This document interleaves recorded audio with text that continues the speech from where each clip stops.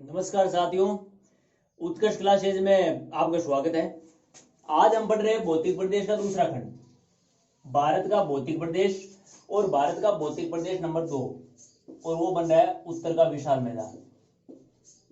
उत्तर का विशाल मैदान। इससे पूर्व एक नंबर हमने पढ़ा था उत्तरी पर्वतीय प्रदेश, और दूसरा जो भाग बनता है उत्तर का विशाल मैदान। अब देखो, ये देखते हैं कि इसकी स्थिति भारत में कहां पर बन रही है। ये पर्वतीय प्रदेश है, हिमालय का सबसे ऊपरी भाग, महान हिमालय, यहां पर है मध्य हिमालय, और यहां पर है शिवालिक। ये तीन प्रकार के हिमालय के जो खंड बनाए थे हमने उत्तर से दक्षिण, उसका जो सबसे नीचे का भाग है वो शिवालिक है। शिवालिक ये जो भाग है वो उत्तर के मैदान की उत्पत्ति में सबसे महत्वपूर्ण है। अब महत्वपूर्ण क्यों है? क्योंकि ऊपरी भाग से जब नदियां यहां से निकल करके आती है तो वहां पर ढलान तेज रहती है। जैसे ये पर्वत है, जब नदी ऊपर से आती है तो तेज ढलान के साथ आती है, और तेज गति से जब नदी बहती है तो उसके साथ बड़े बड़े अवसाद, बड़े बड़े पत्थर है, वो कंकड़ पत्थर है, उनके साथ बह करके आ जाते हैं। और यहाँ पर जो शिवालिक की स्थिति बनती है, ये भी एक अपर्दित भाग ही है।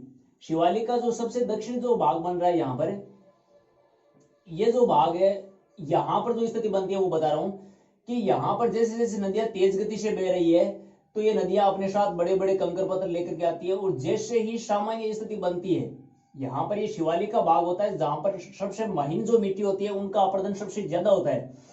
अब जो बड़े पत्थर है वो शिवालिक के जैसे ही एंड होता है तो यहाँ पर उन पत्थरों का जमा हो जाता है। तो स्थिति कहां पर बनती है जमाव की? वो बनती है यहाँ पर। तो बड़े बड़े यहाँ पर पत्थर जम जाते हैं, उनकी शब्दावली भी बढ़ी है, इसको क्या कहते हैं, किस नाम से जाना जाता है। और ये नदियां सबसे ज्यादा जो अपर्दन करती है वो इसका करती है शिवालिक पहाड़ी, क्योंकि ये अवसाद चट्टान से बनी है। अवसादी औषधि चट्टान से बने होने के कारण इनका अपर्दित ज्यादा होता है। और यही जो भाग है, जो अपर्दित भाग है, उसको उत्तर के मैदान में ये निक्षेपित करती है नदियां, निक्षेपित। और यही जो भाग है उत्तर के मैदान में शायक है। श्रेष्ठ ने बताया था यहाँ पर कि जब हिमालय की उत्पत्ति हुई थी तो ये जो भाग बना था ये गर्त भाग बन गया था। किसके अनुसार? स्वेश के अनुसार। ये भूगोलवेता है स्वेश, उसके अनुसार ये भाग वो गर्त भाग बन गया था। और हिमालय की जो नदियां है वो नदियां अपने साथ अवसाद लेकर के आती थी, और यहाँ पर ढलान कम होने के कारण उनका निक्षेपण हो गया और वो गर्त भाग भर गया, और एक उत्तर के विशाल मैदान का निर्माण हो गया। अब देखो, इस उत्तर के मैदान में हम सबसे पहले बात करते हैं उत्पत्ति किसे हुई है? शिवालिक के अपर्दन।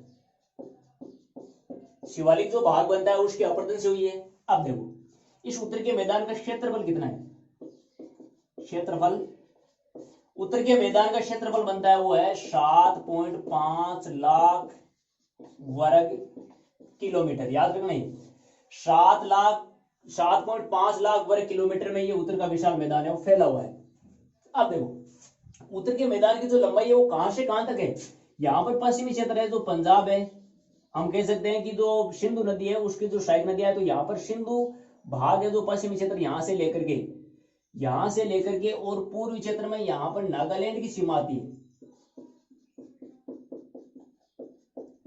नागालैंड की सीमा तक ये उत्तर का मैदान फैला हुआ है। तो इसकी लंबाई हम देखते हैं कितनी बनती है। देखो, लंबाई है 2400 किलोमीटर, 2400 किलोमीटर। अब देखो, लंबाई के साथ साथ इसकी चौड़ाई कितनी बनती है? तो इसका जो पश्चिमी भाग है वो ज्यादा चौड़ा है, और पूर्वी भाग इसका संकड़ा बनता है। तो इसकी चौड़ाई और जो संकड़े की स्थिति बनती है, सबसे चौड़ा भाग पश्चिमी क्षेत्र बनता है, सबसे संकड़ा भाग है मैदान का पूर्वी भाग बनता है। तो ये 100 से 500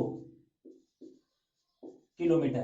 अब ये 500 किलोमीटर की चौड़ाई तो पाई जाती है यहाँ पर, ये भाग वो 500 किलोमीटर या उससे अधिक चौड़ा है, और यहाँ पर चौड़ाई कम हो जाती है, और वो कितनी हो जाती है? 100 किलोमीटर के लगभग। ये बात होगी इसकी चौड़ाई की। अब हम बात करते हैं इसकी औसत ऊंचाई कितनी है। उत्तर के मैदान की औसत ऊंचाई कितनी है वो ये भी पूछा जाता है। औसत ऊंचाई, इसकी औसत ऊंचाई है 250 किलोमीटर, सॉरी 250 मीटर। कितनी है 250 मीटर की स्थिति बनती है। इसका जो पश्चिमी भाग है वो सबसे ज्यादा ऊंचा है, और जैसे जैसे पूर्वी तरफ जाते हैं तो ये भाग है बिल्कुल समतल हो जाता है। यहाँ पर स्थिति है वो 100 से भी कम, यानी 100 से भी कम इसकी ढलान है वो बन जाती है। तो ये भाग ज्यादा ऊंचा है और ये भाग है बिल्कुल कम ऊंचा है। अब बात करते हैं कि इसकी जो गहराई कितनी है, जो यहाँ पर जो अवसाद निक्षेपित हुआ है उसकी गहराई कितनी बनती है। तो गहराई की बात आती है, गहराई है 2000 किलोमीटर तक, 2000 किलोमीटर तक की स्थिति इसकी गहराई की बनती है। और यहाँ पर देखो जैसे जैसे दक्षिण की तरफ बढ़ते हैं प्रायद्वीपीय भाग की तरफ, तो इसकी गहराई है वो घटती जाती है, यहाँ पर गहराई कम हो जाती है। और इसके जो हिमालय गिरिपादी क्षेत्र है यहाँ पर इसके अवसादों की गहराई यानी इस जलोढ़ की गहराई वो सबसे ज्यादा है। ये तो बात होगी उत्तर के मैदान की कुछ सामान्य बात। अब देखो, अब हम पढ़ते हैं कि इस उत्तर के मैदान का जो वर्गीकरण किया गया है वो वर्गीकरण दो आधारों पर किया गया है। एक तो इसका वर्गीकरण है उत्तर से दक्षिण के रूप में किया गया है जिसको कहते हैं भौगोलिक वर्गीकरण। एक इसका पश्चिम से पूर्व की तरफ वर्गीकरण किया गया है उसको कहते हैं प्रादेशिक वर्गीकरण। दोनों प्रकार के वर्गीकरण हम पढ़ते हैं। देखो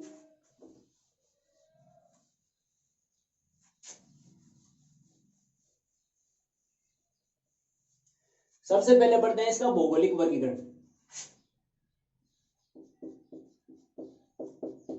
भौगोलिक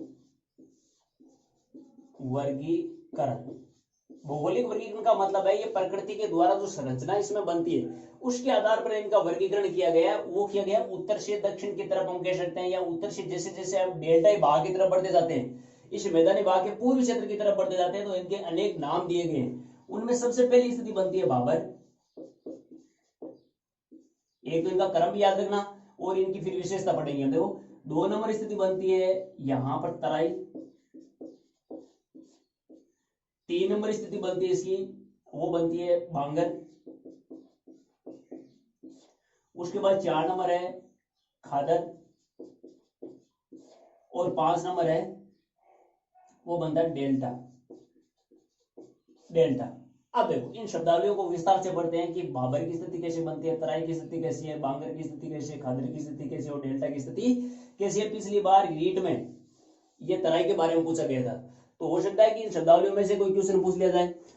तो जैसे ही नदियां जो हिमालय पहाड़ियों से ऊपर की तरफ यहां से हम समझ रहे हैं नदियां तेज गति से यहाँ पर बह रही है, बड़े बड़े अवसाद अपने साथ लेकर के आ रही है। जैसे यहाँ पर ढलान कम होती है, इस पर्वतीय भाग की ढलान जैसे कम होती है तो बड़े पत्थर है वो नदी के साथ नहीं चल पाते हैं और यहां पर ये स्थिति बनती है और ये बड़े पत्थर है वो यहां पर आकर के रुक जाते हैं। और ये रुकने की स्थिति देखो यहाँ पर पश्चिम है वो सिंधु और पूर्व में तीस्ता। यहाँ पर कौन सी नदी है, तीस्ता। इन नदियों के बीच में ये अवसाद बनता है और इनकी चौड़ाई कितनी बनती है 8 से 16 किलोमीटर। यानी भाबर की जो चौड़ाई बनती है वो 8 किलोमीटर से लेकर के 16 किलोमीटर के बीच में इसकी चौड़ाई रहती है। अब ये पत्थर है वो यहाँ पर आकर के एकत्रित हो जाते हैं। एकत्रित का मतलब हो गया निक्षेपित, यानी इनका होता है निक्षेपण। निक्षेपण और निक्षेपित जो भाग यहाँ पर शिवालिक की पहाड़ियों के जस्ट बाद में जो दिखाई देता है इनको कहते हैं जलोढ़ पंख। जलोढ़ पंख याद रखना, यहाँ पर जलोढ़ पंख की स्थिति बनती है, यानी यहाँ पर संरचना बन जाती है पत्थरों से पंखाकार, और पंखाकार संरचना बनने के कारण इनको जलोढ़ पंख के नाम से भी जाना जाता है। और जलोढ़ पंख की संरचना बनती है वो निक्षेपण से बनती है, हमेशा अपरदन से नहीं बनती है। अब देखो जब ये बड़े बड़े पत्थरों का यहाँ पर जो ढेर लग जाता है, जो भाबर की स्थिति बनती है, तो यहाँ पर इनमें कुछ छिछली स्थिति रहती है, यानी कहने का मतलब इन पत्थरों के बीच में कुछ अंतराल रहता है और ये नदी का पानी है वो पत्थरों के नीचे से प्रवेश कर जाता है। और जब नदी यहाँ से प्रवेश करके जब बाहर की तरफ निकलती है, नदी का जल जब बाहर की तरफ निकल जाता है वो फैल जाता है। और इस फैले हुए भाग को देखो, यहां पर नदी का जल है वो फैल जाता है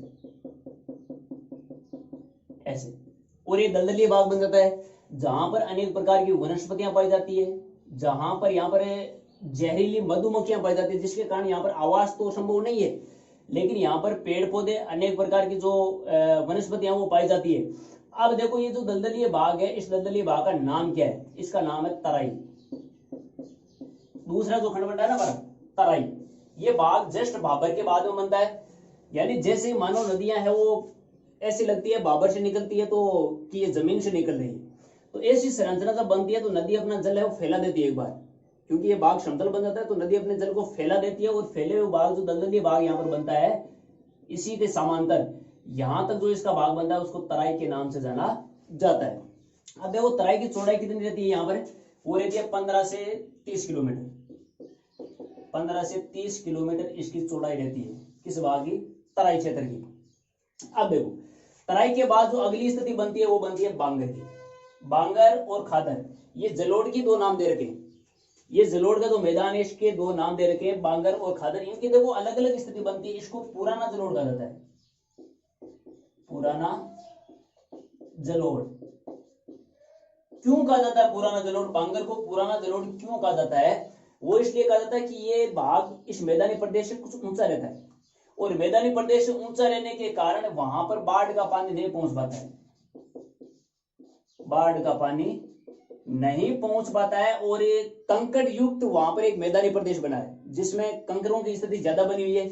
और साधारण जो मैदानी प्रदेश है उसके ऊपरी भाग में यहाँ पर जैसे उत्तर प्रदेश का उत्तरी भाग सबसे अधिक इसका विस्तार है, वो पंजाब और हरियाणा में यहाँ पर देखने को मिलता है। तो इस भूभाग को किस नाम से जाना जाता है, वो बांगर प्रदेश के नाम से जाना जाता है, जहां पर बाढ़ का पानी नहीं पहुंच पाता है। इसको पुराना जलोढ़ भी नाम दे सकते हैं, इसको पुराना जलोढ़ के नाम से जाना जाता है। क्यों, क्योंकि वहां पर नदियों का बाढ़ का पानी नहीं पहुंचने के कारण वहां पर निक्षेपण नहीं होता है, और इसीलिए इसको पुराना जलोढ़ भी कहा जाता है। अब देखो दो शब्दावली बन रही है इनकी। एक तो जो ये भाग यहाँ पर जमा हुआ है, इनका जब लगातार अपर्दन होता रहता है, नदी के द्वारा भी हो सकता है, अपर्दन होने के कारण वहां पर कुछ कंकरीली भूमि निकल जाती है, पत्थरों युक्त कंकरीली भूमि निकल जाती है, उस कंकरीली भूमि को भूड़ कहते हैं। भूड़, याद रखना ये शब्दावली, भूड़, भूड़ स्थान कहते हैं बांगर को। बांगर का ही जो उत्तरी इसका जो मैदानी भाग बना हुआ है, पंजाब में जो मैदानी भाग बना हुआ है, इसमें जब अपर्दन ज्यादा होता है तो कंकरीले भूभाग निकल आते हैं, और इस प्रकार कंकरीले युक्त जो मैदानी प्रदेश है बांगर का, उसको भूड़ के नाम से जाना जाता है। दूसरी स्थिति यह बनती है कि इनमें अगर सिंचाई ज्यादा होती है, अगर यहाँ पर ज्यादा सिंचाई की जाती है तो उस सिंचाई की वजह से ऊपर एक नमक की सफेद परत जम जाती है, सफेद परत। और उस नमक की सफेद परत किस कारण से, ज्यादा सिंचाई होने के कारण। कौन सी मृदा में, ये बांगर की बात हो रही है, उसमें सफेद परत जम जाती है। उस सफेद परत युक्त जो मृदा बनती है उस मृदा का नाम है रेह या कलर, रेह या कलर। तो अगर ऐसा भी पूछ लिया जाए कि रेह या कलर की स्थिति ये मृदा कहां पर पाई जाती है, तो हिमालय की जस्ट जो भाग है भाबर के बाद उतराई के बाद में यहाँ पर जो ऊंचा भाग बनता है जहां पर बांगर की स्थिति बनती है, उस वो भाग में ये रेह और कलर मृदा पाई जाती है, जिसमें नमक की मात्रा ज्यादा होती है, लवणीय मृदा होती है। अब देखो उसके बाद हम पढ़ते हैं खादर।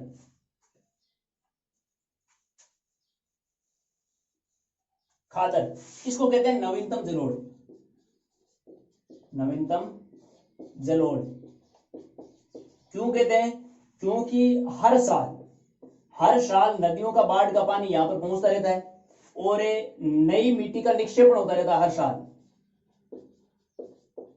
निक्षेपण। और नई मिट्टी का निक्षेपण होने के कारण इसको नवीनतम जलोढ़ के नाम से भी जाना जाता है। और ये उत्तर के मैदान का ज्यादातर भाग बनता है, उत्तर के मैदान का ज्यादातर यही भाग बनता है, और ये यहाँ पर इसकी स्थिति बनती है, बांगर के जस्ट दक्षिण में इसकी स्थिति बनती है। अब देखो इसका जो भाग है वो पश्चिमी क्षेत्र आता है यहां तक पंजाब, और पंजाब का ये पूर्वी भाग है, पंजाब का ये पूर्वी भाग है पट्टी के रूप में यहाँ पर जलोढ़ का निक्षेपण रहता है। और वो कौन सी, खादर का निक्षेपण रहता है। इसका एक अलग नाम दिया गया यहाँ पर, उस भूमि को कहते हैं बेट, याद रखना। बेट भूमि की स्थिति बनती है पंजाब में, लेकिन किस भूमि को कहा जाता है, खादर वाली जो भूमि है।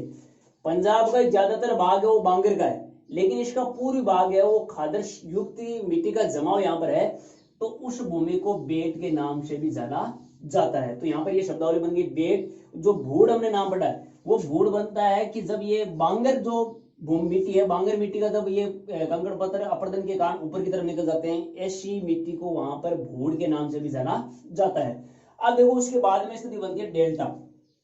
5 नंबर जो स्थिति डेल्टा की बन रही है, डेल्टा की स्थिति बनती है कि जब नदियां यहां से बह करके यहां तक पहुंचती है, समुद्र में गिरने से पूर्व की बात हो रही है। यहां पर समुद्र में गिरने से पूर्व नदी अपने जल को यहां पर फैलाती है, यह ऐसे, और त्रिभुजाकार संरचना बनाती है यहां पर। इसका मतलब ये हुआ कि नदी समुद्र में गिरने से पहले त्रिभुजाकार संरचना में वहां पर एक मैदानी प्रदेश बनाती है इस प्रकार से। उनके मुहाने पर, ये नदी का मुहाना, ये मुहाने पर ऐसी संरचना को डेल्टा के नाम से जाना जाता है। तो ये भी पूछा जा सकता है डेल्टा की संरचना कैसे बनती है, कहां पर बनती है। समुद्र में गिरने से पहले नदियां बनाती है, उसकी संरचना त्रिभुजाकार के लगभग बनती है, और ये एक जलोढ़ युक्त यहाँ पर मिट्टी है वो जम जाती है क्योंकि नदी अपने जल को यहाँ पर फैलाती है, और इसी भाग को डेल्टा के नाम से जाना जाता है। और यहाँ पर विश्व का सबसे बड़ा डेल्टा है गंगा और ब्रह्मपुत्र का जो डेल्टा है, जिसका नाम है सुंदरवन, सुंदरवन डेल्टा। सुंदरवन डेल्टा है जिसको विश्व का सबसे बड़ा डेल्टा कहा जाता है। अब सुंदरवन डेल्टा इसका नाम क्यों पड़ा है, क्योंकि यहाँ पर सुंदरी वन पाए जाते हैं, और सुंदरी वनों के कारण इसका नाम दे दिया गया सुंदरवन डेल्टा, जो विश्व का सबसे बड़ा डेल्टा भाग है। तो ये तो बात हो गई इसकी भौगोलिक स्थिति उत्तर से दक्षिण मैदानी प्रदेश की। अब बात करते हैं इस मैदानी प्रदेश का जो प्रादेशिक वर्गीकरण है। इस मैदानी प्रदेश का जो प्रादेशिक वर्गीकरण है वो किस आधार पर है, इसको पश्चिम से पूर्व अलग अलग प्रदेशों में बांटा गया। देखो वो कौन कौन से बन रहे, इनका क्रम याद रखना। आप उत्तर से दक्षिण क्रम याद रखना, भाबर, तराई, बांगर, खादर और डेल्टा। ये क्रम भी पूछा जा सकता है, या ये पूछा जा सकता है कि बांगर की स्थिति कहां पर बनती है, तराई की स्थिति कैसे बनती है, या बांगर, खादर, ये भाबर, ये किस प्रकार से बनते हैं, इनके नाम पूछे जा सकते हैं, इनका क्रम पूछा जा सकता है। तो ये याद रखना। अब देखो हम पढ़ रहे हैं प्रादेशिक वर्गीकरण।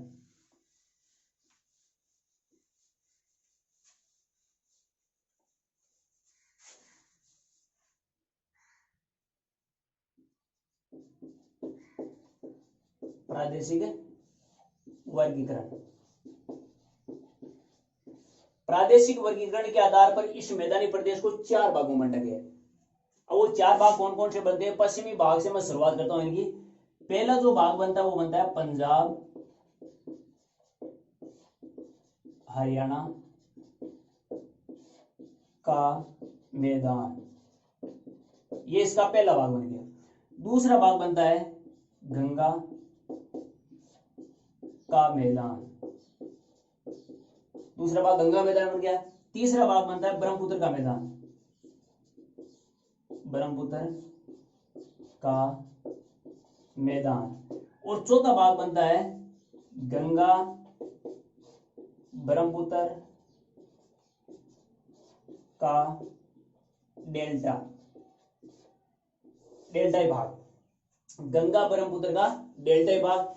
ये 4 भाग बनाए गए और ये 4 भाग ऐसे हैं जिसको हम प्रादेशिक वर्गीकरण के नाम से भी जानते हैं। अब देखो हम देखते हैं कि ये प्रादेशिक वर्गीकरण किन किन नदियों के द्वारा यहाँ पर बनाया गया है, उनकी कैसी संरचना बन रही है, उनके आधार पर हम पढ़ रहे हैं। सबसे पहला खंड हम लेते हैं पश्चिमी क्षेत्र, जो पंजाब और हरियाणा। तो यहाँ पर एक जल विभाजक श्रेणी है,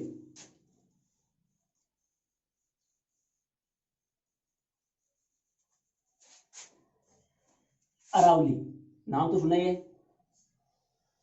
ये अरावली है वो भारत की जल विभाजक श्रेणी है। ये अरावली सतलज और यमुना नदी के जल को विभाजित कर देती है। कहने का मतलब सिंधु नदी और गंगा नदी के जल का विभाजन करने वाली जो पर्वत श्रेणी है वो अरावली है। इसको जल विभाजक के श्रेणी के नाम से भी जाना जाता है। अब देखो इसका जो पश्चिमी भाग है, इस मैदानी प्रदेश का जो नाम हमने लिया है वो सतलज नदी से लेकर के यहाँ पर रावी, सतलज और रावी, खास तौर से मुख्य रूप से पंजाब और हरियाणा का जो मैदान बन रहा है वो सतलज और रावी, बीच में नदी आती है व्यास। तो इसका मतलब 3 नदियां हो गई, ऊपर रावी, व्यास और सतलज। इन 3 नदियों से पूरे पंजाब और हरियाणा के मैदान का निर्माण हुआ है। एक बात थोड़ा सा पीछे जाकर के मैं बता देता हूं कि इस संपूर्ण उत्तर के मैदान में 3 नदियों के नाम से भी जाना जाता है, 3 नदियों का मैदान भी कहा जाता है। वो कहा जाता है सिंधु, गंगा, ब्रह्मपुत्र। सिंधु, गंगा और ब्रह्मपुत्र का मैदान भी इसको कहा जाता है, उत्तर के मैदान को।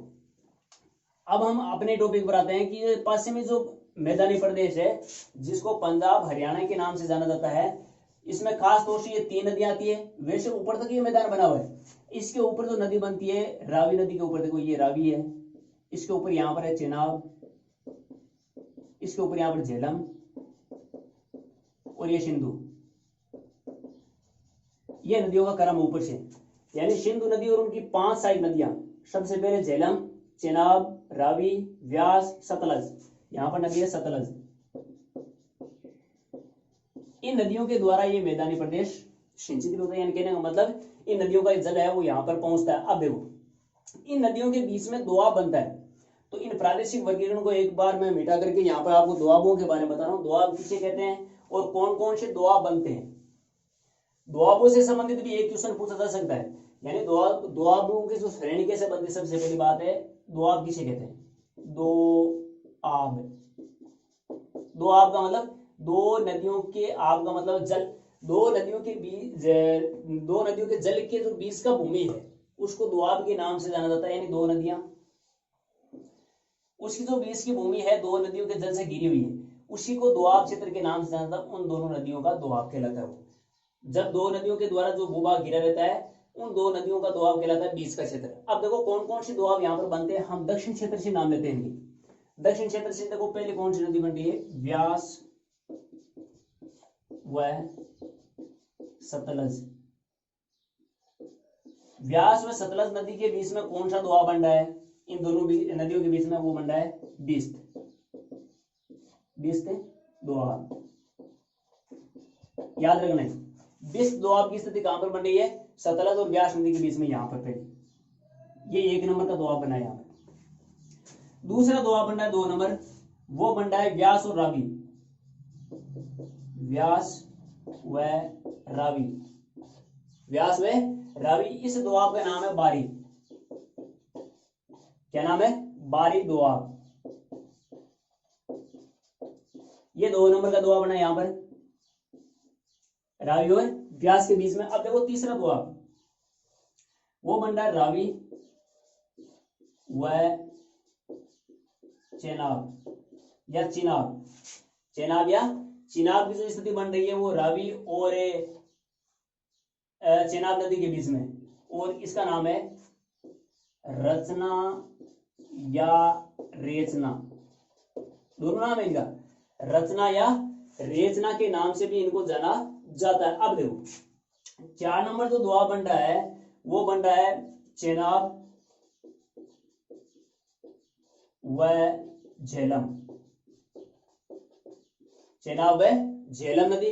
अब चेनाब और झेलम नदी के बीच में चाज दोआब का क्या नाम है, चाज दोआब।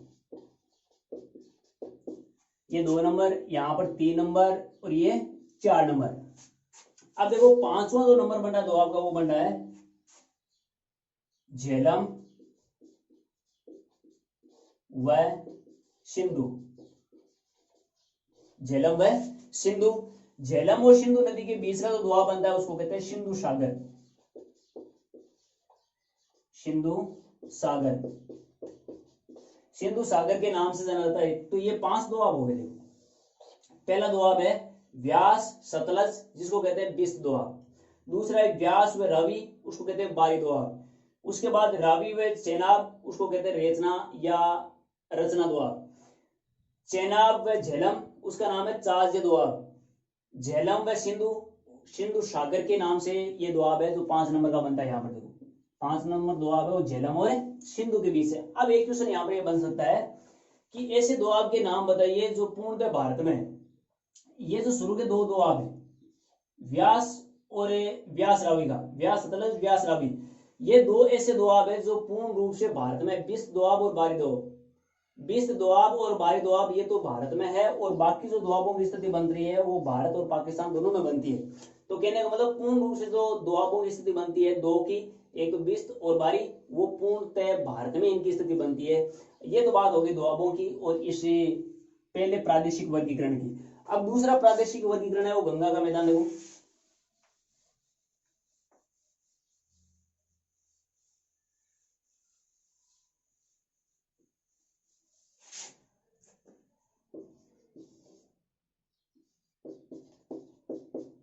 गंगा का मैदान, गंगा का मैदान देखो यहां से अरावली से लेकर के ये कहां तक है, बिहार तक जो ये डेल्टा बनता है सुंदरबन, वहां तक। तो इसमें कौन कौन से राज्य आ जाते हैं, यहां पर पंजाब का पूर्वी भाग आता है, उसके बाद उत्तर प्रदेश, बिहार, झारखंड, पश्चिम बंगाल। उत्तर प्रदेश, बिहार, झारखंड और पश्चिम बंगाल में जो मैदानी प्रदेश है उसको गंगा और उनकी सहायक नदियों के द्वारा बनाया हुआ मैदान के नाम से जाना जाता है। अब देखो कि गंगा नदी को मैदानी श्रेणी के आधार पर, संरचना के आधार पर 3 भागों में बांटा गया है। पहला भाग बनता है ऊपरी गंगा का मैदान। दूसरा भाग है मध्य गंगा का मैदान, ये दूसरा भाग बना हुआ है। तीसरा भाग बन रहा है निम्न गंगा का मैदान। ये 3 भाग बनते हैं, ऊपरी गंगा का मैदान, मध्य गंगा का मैदान और निम्न गंगा का मैदान। अब देखो ऊपरी गंगा का जो मैदान बन रहा है वो बन रहा है उत्तर प्रदेश का पश्चिमी भाग। उत्तर प्रदेश का पश्चिमी भाग है वो ऊपरी गंगा के मैदान के नाम से जाना जाता है और उसके 2 भाग बनाए गए। इस मैदानी प्रदेश को 2 भागों में बांटा गया है और इसका नाम है, एक तो रुहेलखंड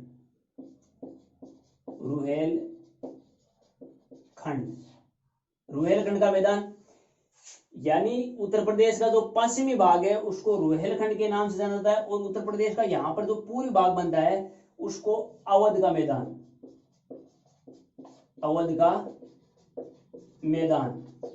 ये 2 बात होगी ऊपरी गंगा के मैदान की। एक तो रुहेलखंड का मैदान सबसे पश्चिम में बनता है, उसके बाद अवध का मैदान। इनका क्रम भी पूछा जा सकता है कि रुहेलखंड, अवध, उसके बाद बिहार, झारखंड, पश्चिम बंगाल।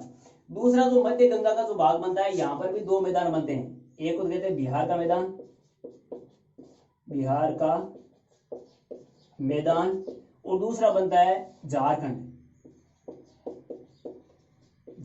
या इसका दूसरा नाम भी ले सकते हैं हजारीबाग का मैदान। ये भाग बनता है गंगा के मध्य भाग में। अब गंगा का जो निचला भाग है वो बनता है पश्चिम बंगाल में सुंदरवन का डेल्टाई मैदान। ये गंगा के 3 भाग बनाएगी। अब हम पढ़ रहे हैं प्रादेशिक भाग का जो चौथा खंड है वो है ब्रह्मपुत्र का मैदान।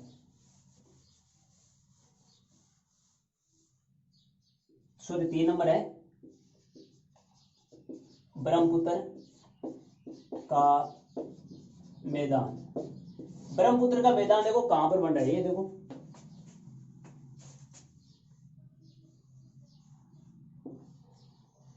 ये जो भाग है यहां पर मेघालय की पहाड़ी है, यहां पर पहाड़ियां मेघालय की, और इन मेघालय की पहाड़ियों को प्रायद्वीपीय खंड में सम्मिलित किया जाता है। और यहां पर हिमालय की पहाड़ियां, हिमालय और मेघालय की पहाड़ियों के बीच में यहां पर मैदानी प्रदेश है।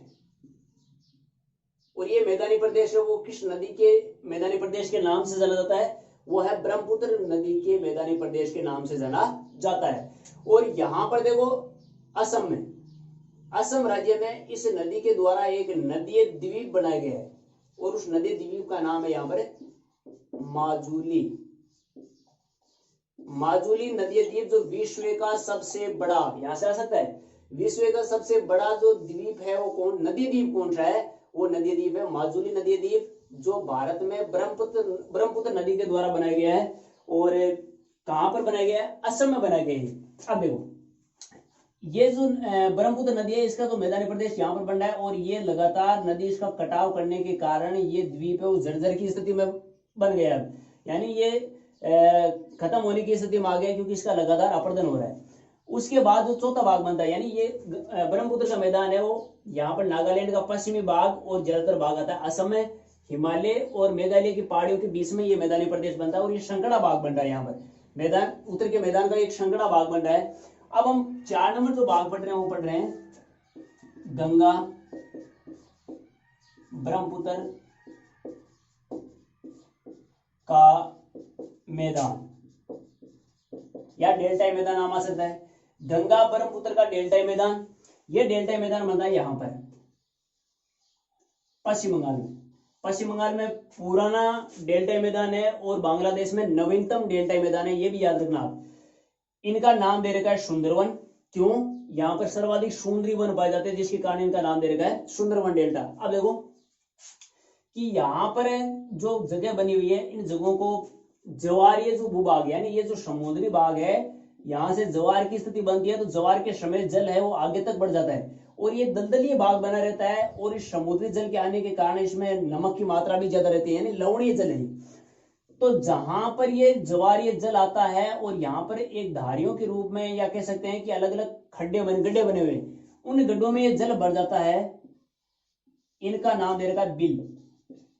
इसे क्या कहते हैं? बिल। याद रखना यहाँ पर शब्दावली कि ये ज्वारीय जो जल है वो यहाँ पर पहुंचता है और ये यहाँ पर गड्ढे बने हुए हैं, उन गड्ढों में जल भर जाता है, उनको बिल कहते हैं। और इन बिलों में जूट को धोने का कार्य किया जाता है, धोने का कार्य, यानी यहाँ पर जूट को धोने का कार्य किस में किया जाता है?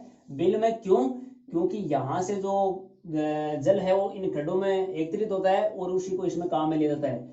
अब इसके ऊपरी भाग है वो बनता है आवासीय भाग, जहां पर ये ज्वार के समय जल नहीं पहुंच पाता है, वो स्थान क्या कहलाता है? वो एक आवासीय मैदानी प्रदेश बना हुआ है जहां पर बस्तियां हैं, लेकिन यहाँ पर बस्तियों की स्थिति नहीं बनी हुई है। तो ये उत्तर के मैदान के डेल्टाई भाग की बात हो गई। और हमने उत्तर के मैदान का प्रादेशिक वर्गीकरण, उत्तर से दक्षिण, पश्चिम से पूर्व, कहने मतलब पश्चिम से पूर्व प्रादेशिक वर्गीकरण, उत्तर से दक्षिण इनका भौगोलिक वर्गीकरण है वो पढ़ा है। तो उत्तर के मैदान में इतना ही है। अब हम इसके आगे जो पढ़ेंगे प्रायद्वीपीय पठार, वो तीसरे खंड के रूप में पढ़ेंगे। आज बस इतना ही। और उत्तर के मैदान से हर कंपटीशन में 1 या 2 क्वेश्चन पूछ जाते हैं, इन दोआबों से संबंधित या जो ये शब्दावली हमने पढ़ी है उनसे संबंधित भी पूछे जा सकते हैं।